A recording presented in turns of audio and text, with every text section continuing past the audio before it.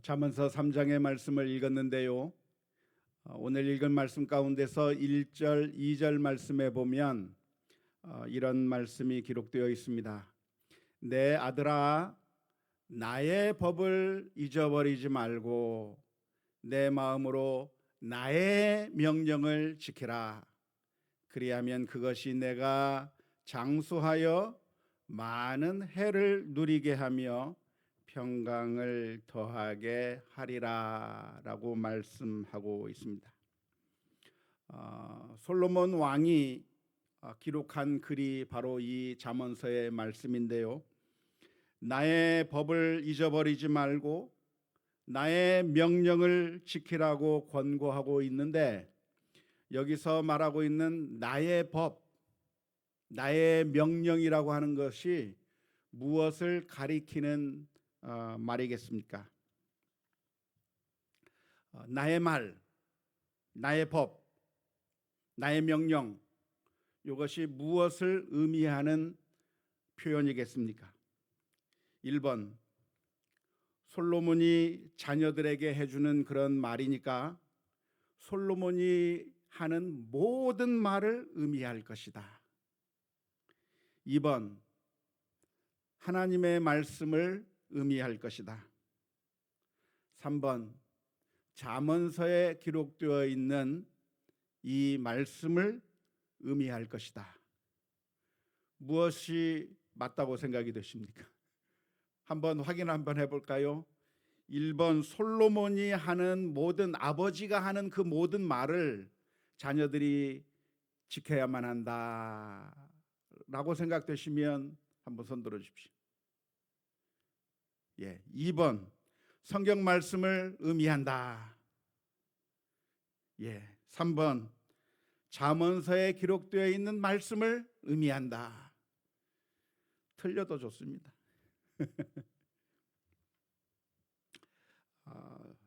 제가 보기에는 아마도 잠언서에 기록되어 있는 그 말씀을 의미하는 것이라고 1차적으로 볼 수가 있겠고, 더 나아가서 그것을 확대해서 해석하자고 한다면 2번, 성경 말씀을 지키고 성경 말씀을 잊어버리지 말고 따르라고 하는 그 말씀으로 충분히 이해할 수 있을 것이라고 생각합니다. 1번은 아닐 것 같아요. 솔로몬이 부모로서 자녀들에게 하는 그 말을 자녀들이 무조건 다 따라야 된다고 하는 그런 의미에서 이 말씀을 한 것은 아니라고 생각이 듭니다. 우리 유교적인 생각에서는 장유 유서가 있고, 또한 부모님의 말씀이라고 한다면 자녀들이 무조건 순종해야 된다고 하는 개념이 유교의 개념 가운데 들어 있습니다만은, 그러니까 지금 이 잠언서 3장 1절 2절 말씀을 통해서 내 아들아, 나의 법을 잊어버리지 말고 내 명령을 내 마음으로 잘 지키라고 말할 때, 여기서 말하는 나의 법, 나의 명령이라고 하는 것은, 그러니까 아버지가 하는 말이면 무조건 다 따라서 해야 된다. 아버지가 하는 말씀은 무조건 진리니까 질문 던지지 말고 무조건 부모님의 하시는 말씀은 전적으로 순종해야 된다고 하는 그런 의미에서 말씀하고 있는 것은 아닐 것입니다.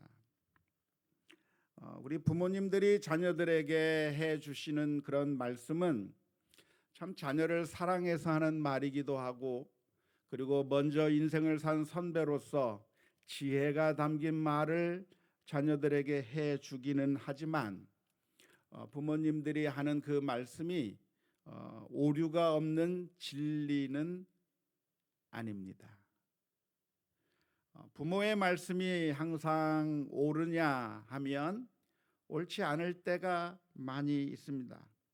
사람이라고 하는 것은 늘 실수가 많고 잘못 판단하기 쉬워서 부모의 생각 가운데 내가 자녀들에게 유익이 될 거라고 생각하고서 한 말이고, 우리 자녀가 이렇게 가면 정말 좋겠다고 생각해서 하는 말이지만 안타깝게도 부모가 틀렸을 가능성도 충분히 많이 있습니다. 왜냐하면 우리가 생각하는 것은 제한적인 정보를 가지고 생각하는 것이고, 자신이 살아온 그 경험에 따라서 이야기하는 것이고, 그리고 과거의 경험에 비추어 보아서 이야기하는 것이지, 앞으로 펼쳐질 미래를 다 안다거나 뭔가 우리가 완전히 모든 것을 다 잘 아는 그런 아주 현명하고 뛰어난 사람이기 때문에 자녀들에게 말을 해주는 것이 아니라, 안타깝게도 부모님이 완벽하고 실수가 없는 그런 말씀을 자녀들에게 해줄 수 있는 위치에 있느냐 하면 전혀 그렇지가 않습니다. 차라리 그냥 자녀들로 하여금 너희들이 하고 싶은 거 했었다고 한다고 하면 그 자녀들이 자신의 재능을 발휘하고 정말 재미있게 모든 것을 다 잘 할 수 있는 그런 무한한 가능성을 펼쳐 보일 수가 있었겠지만, 부모님이 너 안 돼, 너 연예계로 가면 안 돼, 너 공부해야 돼, 너 좋은 대학 가야 돼 하면서 자신의 생각과 자신의 판단에 의해서 이것이 정말 자녀들에게 좋을 것이라고 생각했던 그 모든 말들이 사실은 자녀들에게 유익이 된 것이 아니라 오히려 자녀들의 앞길을 가로막고 자녀들이 꽃을 피울 수 있는 것을 가로막는 그런 잘못된 결과를 가져올 때가 있습니다. 왜냐하면 사람의 판단은 언제나 불완전한 것이기 때문에 그렇습니다. 따라서 오늘 본문의 말씀 1절 2절에서 내 아들아 나의 법을 지키라, 내 아들아 나의 명령을 지키라 라고 이야기했을 때, 이 말은 자녀들은 무조건 부모님의 말을 잘 들어야만 한다, 부모가 말하는 것이라고 하면 묻지도 따지지도 말고 무조건 다 들어야 된다고 하는 그런 유교적인 관점에서 이런 말씀을 해 주시는 것이 아니라고 생각이 듭니다. 물론 자녀들은 부모님을 존중해야 하는 것이고, 자녀들이 부모님에게 부모님을 존중하고 부모님의 말씀을 잘 들어야 하는 것은 당연한 것이겠지만, 부모님의 말씀이 전부 다 진리는 아니라고 하는 것입니다.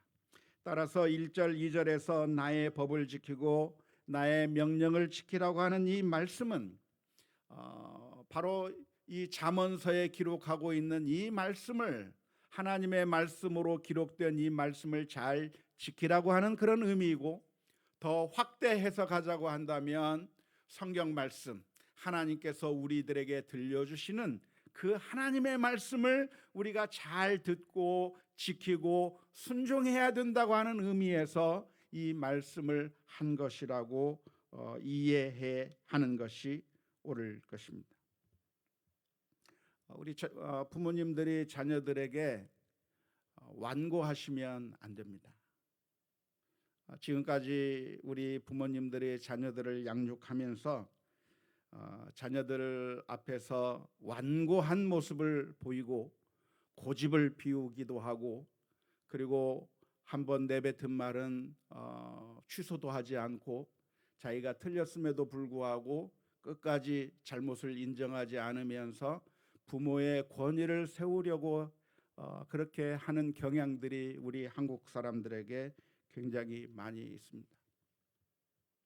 하지만 부모님의 완벽한 존재가 아니라고 하는 사실을 우리가 깨달아야 하는 것이고, 이미 자녀들은 알고 있어요. 먼저 우리 부모님들이 깨달아야 하는 것이고, 그래서 자녀들 앞에서 만일 내가 잘못 판단하거나 내가 실수하거나 내가 어떤 잘못을 저질렀다고 한다면 오히려 무조건 너는 내 말을 들어야 한다고 그렇게 윽박지르고 부모의 말에 무조건 순종해야 된다고 강압적으로 말할 것이 아니라,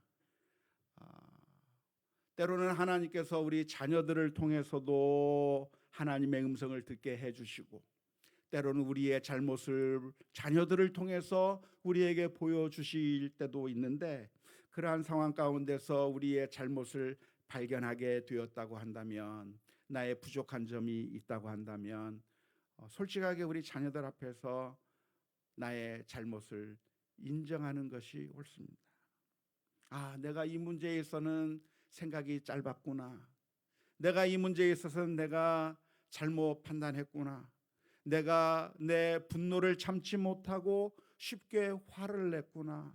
나의 잘못과 나의 실수를 인정하면서 부모가 완벽한 인생이 아니라 너무나도 연약한 존재이기 때문에 우리 그 인간 가운데 그 누구도 하나님 앞에서 완벽할 수 있는 사람이 없기 때문에 우리는 죄인일 수밖에 없는 것이고, 그래서 예수님께서 우리를 구원하시기 위해서 십자가를 지시기 위해 이 땅에 오셨다고 하는 사실을 나누면서 하나님의 말씀을 자녀들과 나누어야 할 필요가 있는 것입니다.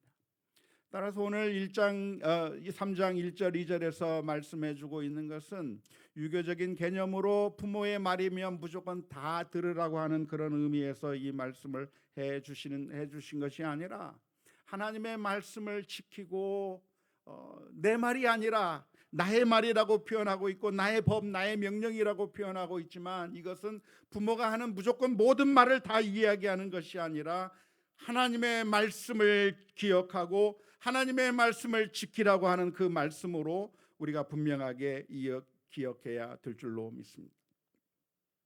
만약 우리가 하나님의 말씀을 잊어버리지 않고 우리의 마음으로 하나님의 명령을 지키게 된다면 어떻게 되겠습니까? 오늘 2절 말씀에서는 내가 장수하게 될 것이고 너에게 평강이 더해지게 될 것이라고 약속해 놓고 있습니다. 하나님의 말씀을 잘 순종하면, 하나님의 명령, 하나님의 법을 잘 지키게 되면 어떤 결과가 나타나게 될 것인가? 너는 장수하게 될 것이다. 단명하는 것이 아니라 장수하게 될 것이고, 그리고 평강이 주어질 것이라고 말씀해 주고 계십니다. 그런데 문제는 그런 것 같지 않다고 하는데 문제가 있습니다. 하나님의 말씀에 순종하면 장수의 복을 누리게 될 것이라고 오늘 말씀 가운데서 기록하고 있고, 평강이 주어질 것이라고 약속해 놓고 있는데, 그런데 우리가 실제로 이 세상에서 살아가는 가운데 현실이 정말 그런가라고 생각한다면 그렇지 않다고 느껴진다고 하는데 문제가 있습니다. 십계명 가운데서도 제5계명에 보면 내 부모를 공경하라 말씀하시면서, 그렇게 부모를 공경하는 자에게는 내가 주는 이 땅에서 너희의 생명이 길 것이라고 약속해 주고 계셨는데, 그런데 실제로 부모님을 공경하는 것과 장수하는 것 사이에 상관관계가 있습니까, 없습니까? 상관관계가 있는 것 같아요, 없는 것 같아요? 없는 것 같아요. 하나님께서는 부모를 공경하면 내가 주는 이 땅에서 너희의 생명이 장수하게 될 것이라고 그렇게 하나님께서 말씀해 주셨는데, 실제로 우리가 느끼는 느낌은 무엇이냐면 부모를 공경하는 것과 장수하는 것과는 아무런 상관이 없는 것처럼 느껴진다고 하는데 우리의 고민이 있습니다. 그런데 오늘 말씀 1절 2절에서도 해주시는 말씀이 무슨 말씀을 하시는 거냐면, 나의 말을 지키고 내 법을 지키고 내 명령을 지킨다고 한다면 너희가 장수하게 될 것이고 너희의 해가 길게 될 것이고 너희가 평강을 얻게 될 것이라고 약속해 주셨는데, 하나님 정말 그 말이 맞는 말입니까? 정말 그렇습니까? 라고 우리가 질문을 던지고 싶게 되는 겁니다. 장수하는 사람들은 모두가 다 효자인가? 효자들은 모두가 다 장수했는가? 라고 질문을 던지면 그런 것 같지 않아요.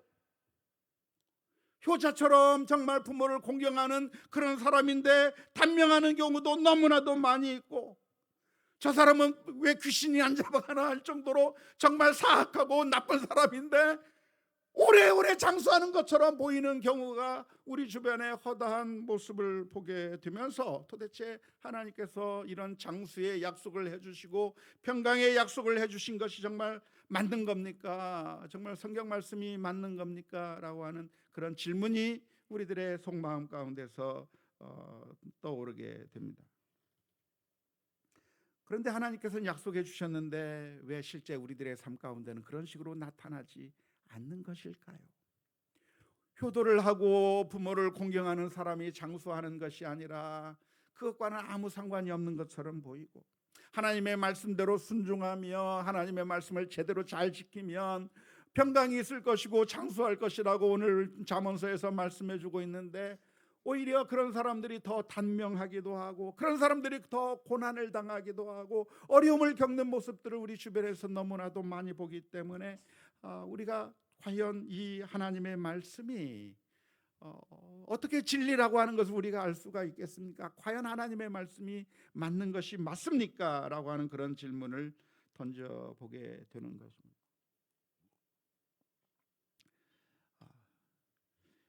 이것이 상관관계가 없다고 느껴지는 이유가 있다고 한다면, 그것은 우리의 인생이라고 하는 것이 그렇게 단순하지 않기 때문에 그렇습니다. 인생이 참 단순하면 얼마나 좋겠습니까? 공부 잘해라, 그러면 성공할 것이다. 그 말이 잘못된 말입니까? 맞는 말입니까? 전체적으로 보면 맞는 말이에요. 지금 학생 시절에 열심히 공부하고 최선을 다해서 학업에 열정적으로 정말 최선을 다한다고 하면 아마 그 사람이 잘 될 수 있는 것이 아마 그 보편적인 의미에서 맞는 말일 겁니다. 하지만 실제적으로 모든 사람들을 다 조사해 보면 정말 공부 잘한 사람들이 잘 사는가? 아니요. 공부 못한 아들이 더 잘 사는 모습들이 많고, 오히려 전혀 상관없는 사람들이 더 떵떵거리면서 잘 사는 경우를 우리 주변에서 너무나도 많이 보게 되는데요. 왜 그렇습니까? 왜냐하면 우리의 인생이라고 하는 것이 그렇게 단순하지가 않기 때문에 그렇습니다. 어느 한 기준만 가지고 판단하기가 어려운 게 인생이라고 하는 것이죠. 과연 이 사람이 부모를 공경했느냐 공경하지 않았느냐, 이것만 가지고 그 인생을 판단할 수가 없고, 정말 공부를 열심히 했느냐 하지 않았느냐, 이것만 가지고 기준으로 삼아서 그 사람의 인생을 판단할 수 없고, 우리의 인생이라고 하는 것은 어마어마한 다양한 요소들이 똘똘 뭉쳐있는 정말 복잡한 것이 인생이기 때문에 그 여러 가지 요소들이 다 어떤 상관관계를 가지고 있느냐에 따라서 결과가 수만 배로 달라질, 여러 가지 방법으로 달라질 수 있는 가능성들이 있기 때문에 사실 어느 하나만 가지고 말할 수가 없는 겁니다.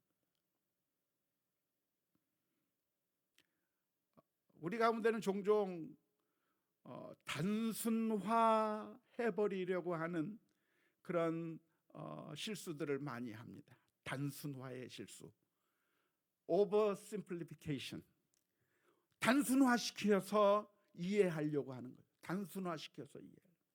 예를 들어서 어떻게 영국 교회가 멸망했는가? 라고 질문을 던지면 왜 멸망했겠어요? 왜 쇠퇴했겠어요? 엄청나게 많은 요인들이 있는 겁니다. 수많은 요인들이 있는 겁니다.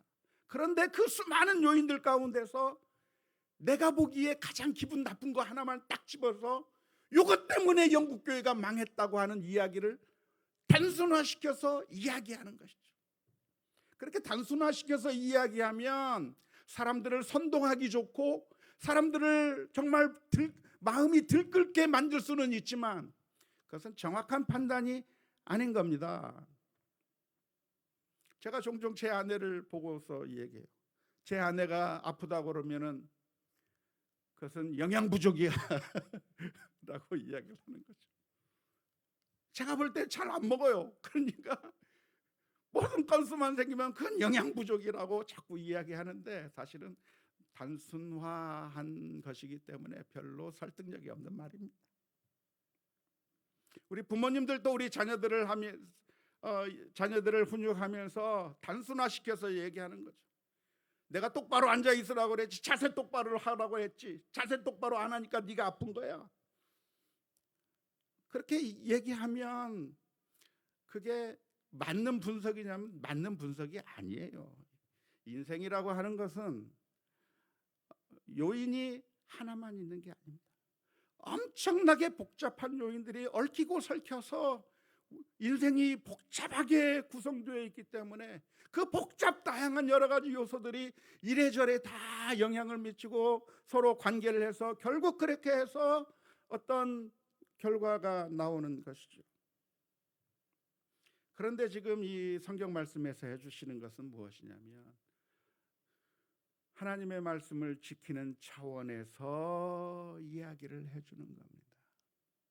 제5계명에서는 무엇을 이야기하는 겁니까? 부모를 공경하는 차원의 측면에서만 진단해주고 있는 것이죠.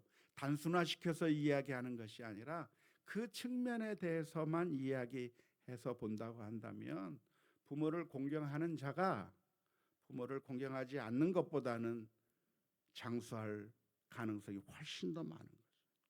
하나님의 말씀에 따라 사는 자가 평강이 주어질 가능성이 훨씬 더 많은 것이고 하나님의 말씀에 순종하는 자가 장수할 가능성이 훨씬 더 많아지는 것이죠.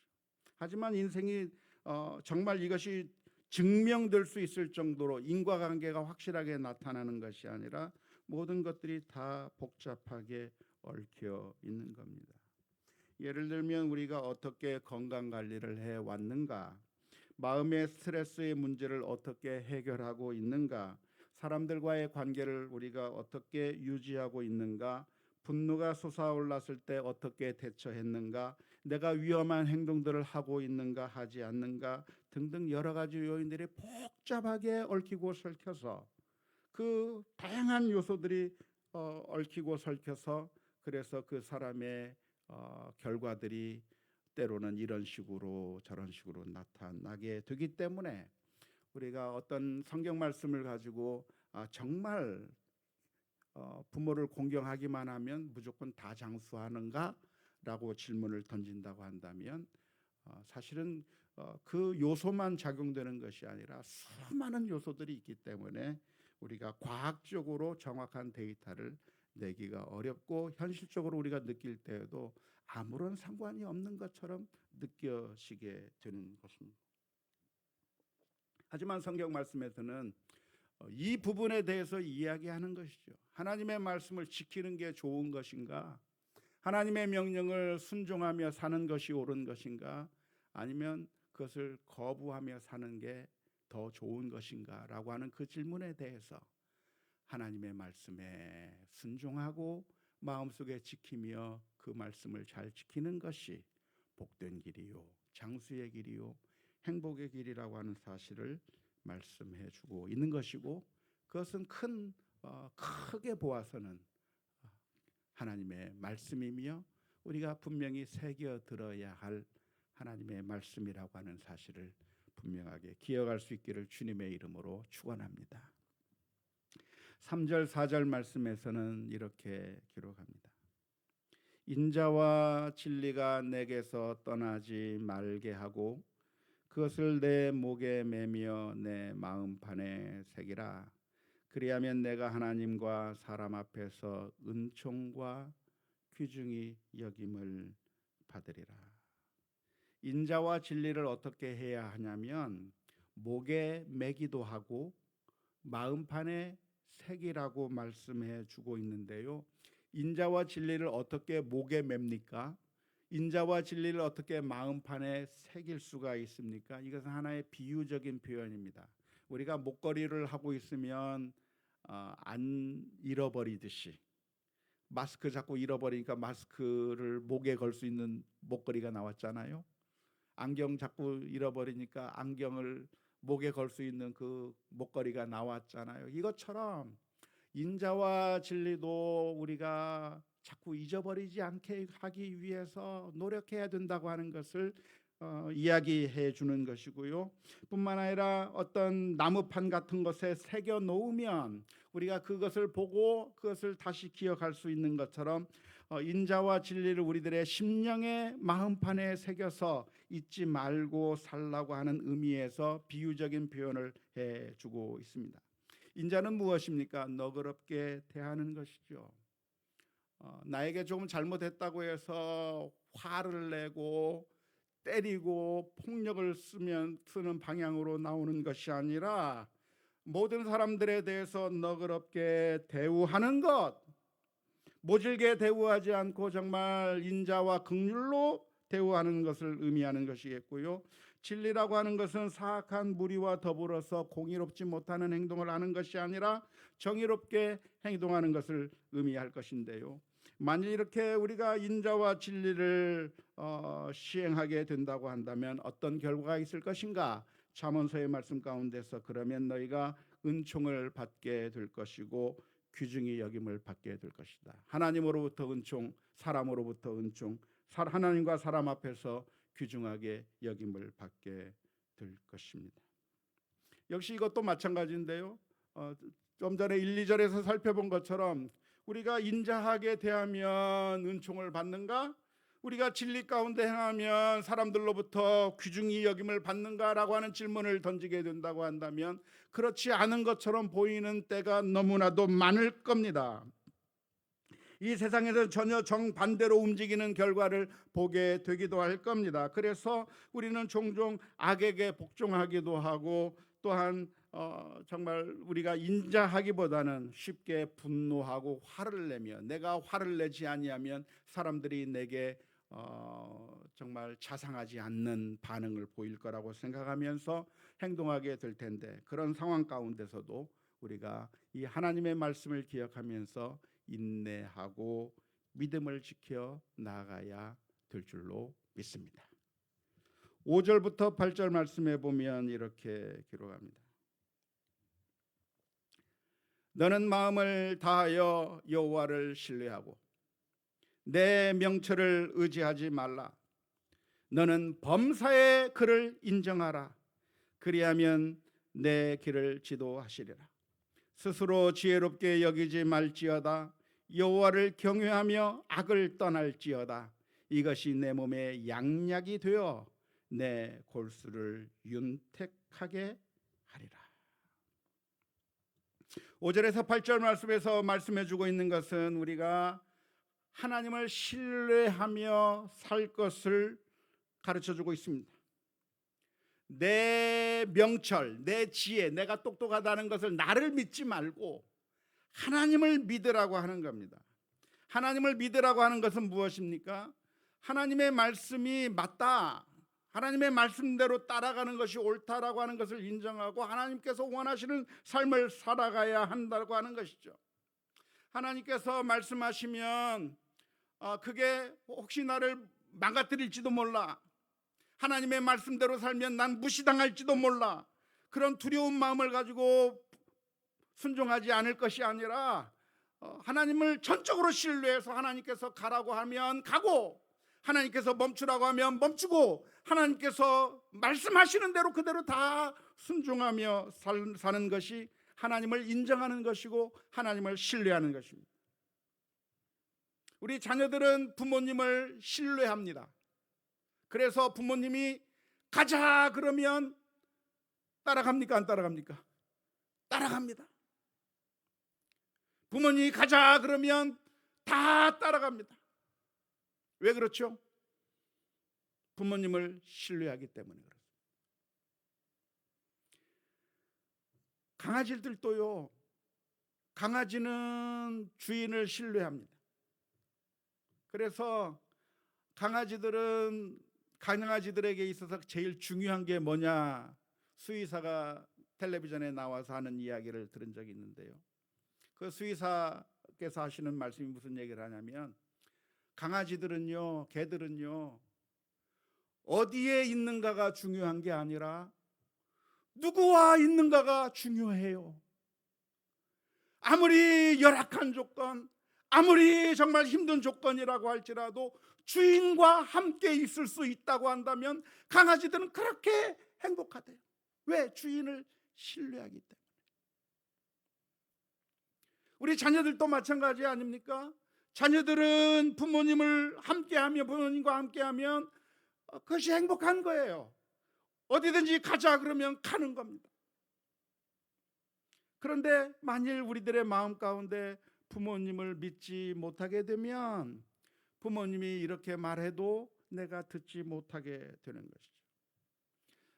하나님을 신뢰하라고 하는 것, 하나님을 인정하라고 하는 것이 무엇인가요? 그것은 내가 판단해 보았을 때 이게 아닌데 할지라도, 내 머리에 이해가 되지 않는다고 할지라도 하나님께서 하라고 하시면 하는 게 순종이고, 하나님께서 말씀하시면 그대로 따라하는 것이, 그것이 하나님을 인정하는 것이 됩니다. 어느 날 하나님께서 아브라함에게 나타나셔서 말씀하셨어요. 너는 내 본토 친척 아버지의 집을 떠나 내가 내게 지시하는 땅으로 가라 그랬어요. 그런데 하나님 어디로 갑니까? 어디로 가는지 안 알려줘요. 그냥 가라. 근데 그 순간에 아브라함은 어떻게 했다고 나옵니까? 갈 바를 알지 못하고, 하나님께서 우리를 어디로 인도하는지도 모르는 채 그냥 하나님이 가라고 하니까 그냥 따라간 거예요. 따라가는데 그 길이 어떤 길이에요? 광야길을 가는 겁니다. 물이 없는 길을 가는 겁니다. 이대로 가다는 죽을지도 모르겠다고 생각되는 그 길을 걸어서 하나님께서 광야의 길로 인도해서 갈릴리 가나안 땅으로 인도해 주시는 그 하나님을 전적으로 신뢰하고, 하나님이 가라고 했으니까 따라가는 그것이 신뢰고 하나님을 인정하는 것이고 하나님을 믿는 것이라고 할 수가 있을 겁니다. 하지만 우리는 어떻게 되는가? 하나님을 인정하는 것보다는 우리들의 마음 가운데 질문을 던지는 겁니다. 내 원수를 사랑하고 원수를 갚지 말고 오히려 선으로 악을 갚으라고 말씀하시면, 주님, 그렇게 살다가는 무시당하고 살아요. 그렇게 살다가는 이 세상에서 완전 손가락질 당하면서 살아요. 어떻게 살 수 있어요? 하면서 그 두려움 때문에 하나님을 신뢰하지 못하고 그대로 못하는 겁니다. 그런데 하나님을 신뢰하고 인정한다고 하는 것은 우리의 생각에 이해가 되지 않더라도 하나님이 말씀하셨기 때문에 그 하나님의 말씀대로 그대로 순종하는 거예요. 왜?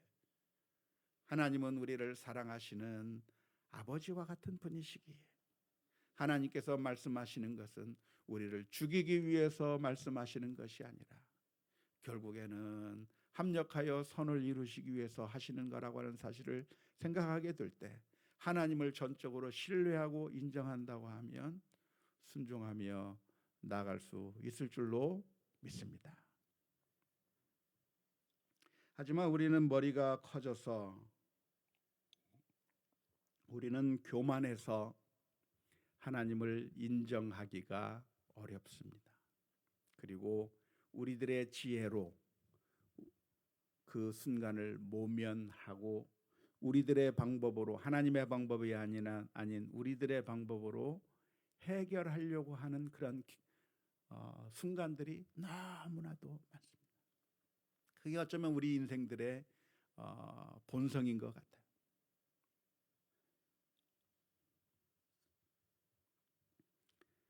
그 옛날 삼국지에 보면 오나라에 육손이라고 하는 대도독이 임명이 된 적이 있습니다.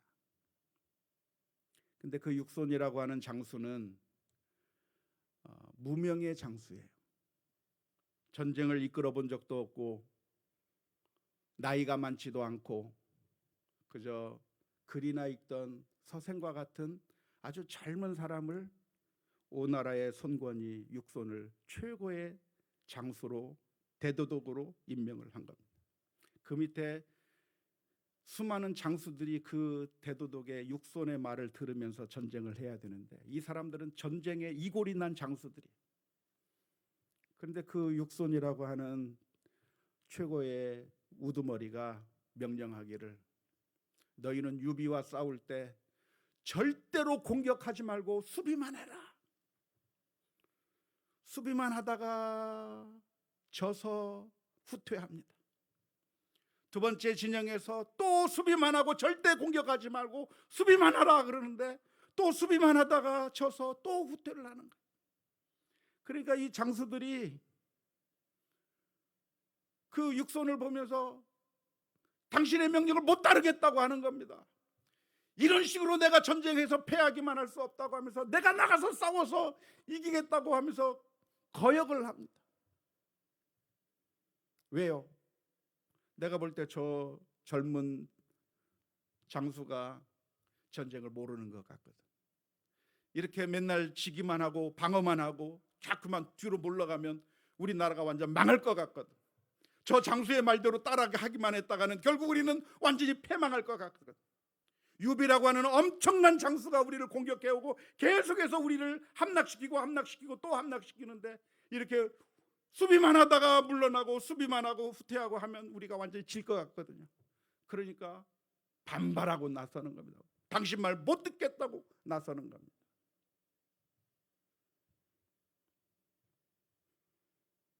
그런데 손권이 그 육손을 그대로 인정하는 겁니다. 왕이 그를 인정하는 거예요. 왕이 그를 인정하니까 결국에는 도망가다가 공격해오던 그 유비군이 지쳤을 때, 더위에 너무나도 열사병도 들고 여러 가지 병들이 나기 시작했을 때 진영을 숲속에 치게 되는 그 순간, 그때를 기다려서 화공법으로 완전히 몰살시키는 엄청난 대승을 거두는 그런 전공을 올립니다. 근데 우리가 하나님을 볼 때 마치 그 육손의 부하들이 육손을 보는 것 같은 느낌으로 볼 때가 많아요. 하나님 방법대로 살면 우리 망해요. 저런 나쁜 놈이 나를 이렇게 힘들게 하는데 우리가 원수를 안 갚으면 우리는 완전 무시당합니다. 우리가 어떻게 이 세상에서 먹고 삽니까? 하나님의 말씀대로 진리대로 살면 어떻게 우리가 이깁니까? 우리는 성공하지 못합니다. 우리가 하나님께 예배하고 하나님 앞에 예배하면 이 시간을 가지게 되면 장사도 못하고 공부도 못하고 이러다가는 다 뒤처지는데 어떻게 이 세상에서 성공합니까? 하나님을 인정하지 못하고 하나님의 방법을 인정하지 못하는 겁니다. 그런데 오늘 잠언서의 말씀이 무엇이냐면 범사에 그를 인정하라. 망하는 것처럼 보여도 하나님의 말씀이 옳다고 하는 사실을 믿어야 되고 인정하고, 하나님의 길이 맞다고 하는 사실을 인정하며 나가면 어떻게 되는가? 이것이 우리에게 양약이 되어 우리의 골수를 윤택하게 할 것이라고 가르쳐주고 있습니다. 원하기는 저와 여러분들이 하나님을 범사에 인정하고 신뢰하며 나아갈 수 있기를 바랍니다. 9절 10절 말씀에 이렇게 기록합니다. 내 재물과 내 소산물의 처음 익은 열매로 여호와를 공경하라. 그리하면 내 창고가 가득히 차고 내 포도즙 틀에 새 포도즙이 넘치리라. 하나님께 재물을 바치라고 하는 명령입니다.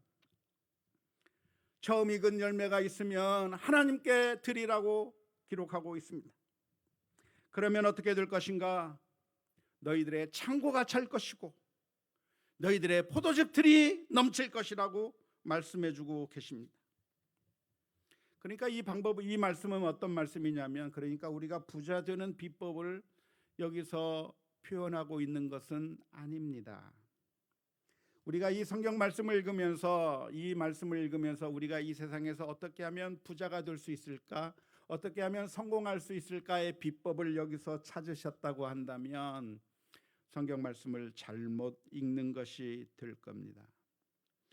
이 말씀은 그냥 세상에서 부자 되는 방법, 어떻게 하면 우리가 이 세상에서 성공할 수 있는가, 그 방법을 가르쳐 주는 것이 아니라 왜 하나님께서 이 말씀을 하시는가, 그 마음을 읽어야 됩니다.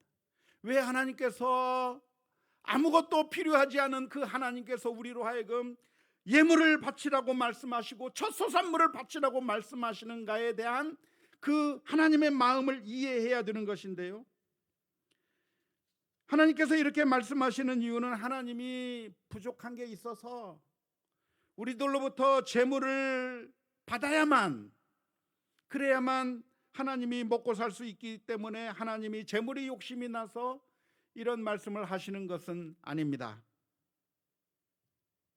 뿐만 아니라 하나님께서는 우리로 하여금 give and take를 하시는 것이 아닙니다. 너희가 나한테 이만큼 주면 나도 너희한테 이만큼 줄게. 마치 장사하듯이 흥정하듯이 너희가 나한테 이만큼 주면 내가 너한테 이만큼 줄게 하는 식으로 하나님께서 흥정하시는 마음에서 이런 말씀을 해주시는 것이 아닙니다. 그런데 하나님께서 이 말씀을 해주시는 이유가 무엇이냐면 너희가 하나님을 인정하고 하나님이 나의 하나님이라고 하는 사실을 고백하게 만들기 위해서 이 말씀을 해주시는 것이죠.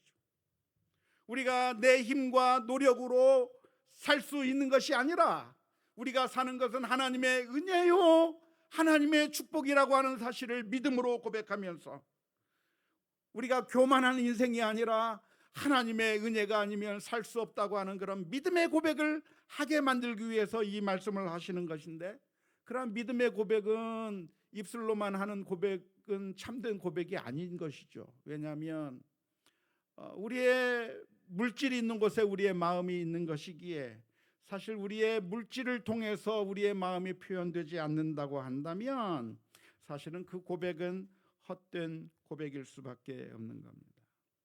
그래서 어느 날 하나님께서는 아브라함의 마음을 시험하기 위해서 내 아들 내 독자 이삭을 나에게 바치라고 말씀하시는 것이죠. 왜? 아브라함이 정말 하나님을 사랑하는지 아니면 하나님보다 아들을 더 사랑하는지를 확인해 보고 싶어서 그런 거죠. 그런데 하나님, 내가 하나님을 사랑합니다라고 하는 말로만 사랑하는 것이 아니라 정말 사랑한다고 하는 사실을 증명하기 위해서 아브라함은 이삭을 바치는 거예요. 바치는데 하나님께서 그 이삭을 받으시냐면 그냥 살려주시는 것이죠. 예수님께 찾아온 한 젊은 관원은 그렇게 할 수 없었던 겁니다. 너는 나 외에는 다른 신을 섬기지 말라고 말씀해 주셨는데 이 젊은 청년은 하나님보다 재물이 하나님인 거예요. 그래서 그 재물을 버리라고 했을 때 이 청년은 그 재물을 포기할 수가 없는 것입니다. 그런데 하나님을 인정하며 하나님이 나의 참 하나님이라고 하는 사실을 인정하며 고백하라고 하는 그런 의미에서 하나님 앞에 예물을 바칠 것을 명령하고 있고 너희가 얻은 첫 소산물을 하나님께 바치라고 말씀하고 있는 것인데, 이것은 우리가 하나님의 은혜 때문에 산다고 하는 믿음의 고백을 표현하는 것인 줄로 믿습니다. 하나님을 인정하는 것은 손해가 아니라 축복이며 풍성한 삶의 길이라고 하는 사실을 기억해야 되는 것이고, 하나님의 사랑, 하나님 때문에 우리가 산다고 하는 사실을 날마다 인정하며 사는 것이 중요할 줄로 믿습니다. 이것을 많은 사람들이 하나의 우리가 이 세상에서 잘 살기 위한 수단과 방법으로만 전락시켜 버린다면 안 될 줄로 믿습니다. 오늘 본문의 말씀은 하나입니다. 범사에 너의 하나님을 인정하라. 우리의 삶 가운데서 하나님께서 주인이 되어주시는 하나님의 뜻대로 내 머리로 이해되지 않더라도 순종하며 사는 삶이 그것이 참된 축복의 삶임을 기억하면서 믿음으로 승리해 나가는 우리 모두가 다 될 수 있기를 주님의 이름으로 축원합니다.